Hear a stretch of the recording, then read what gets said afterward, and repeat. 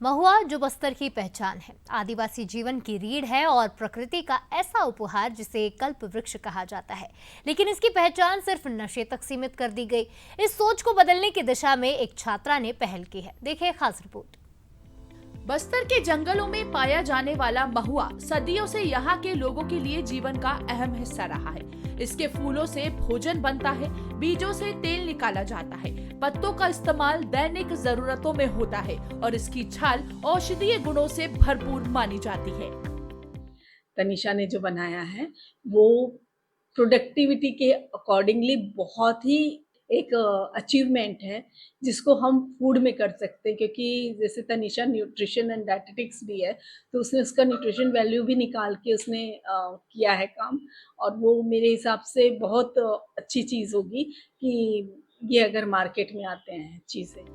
अब एक छात्रा तनिषा श्रीवास्तव ने इस धारणा को बदलने का बीड़ा उठाया है। वो महुए से बनने वाले उत्पादों, उसके पोषण मूल्य और औषधीय फायदों को लोगों तक पहुंचाने का काम कर रही है। तनिषा का कहना है, अगर महुए के सही उपयोग और उसकी खासियत को समझा जाए तो ये न सिर्फ स्वास्थ्य के लिए फायदेमंद है बल्कि रोजगार के नए अवसर भी पैदा कर सकता है।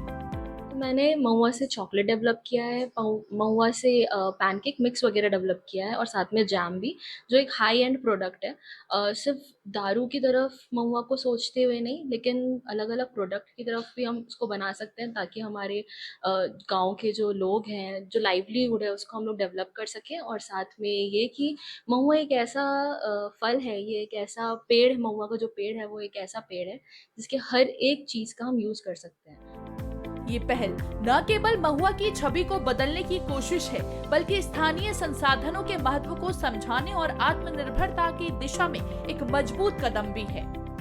बचपन से मैं महुआ का दारू बनाते हुए देखी हूँ, लेकिन अब सब कुछ बदल चुका है कि अब बन रहा है उसके जैम, उसके बाद चॉकलेट, बिस्किट, ये सब बनता है तो वो सबको देखने को मिल रहा है।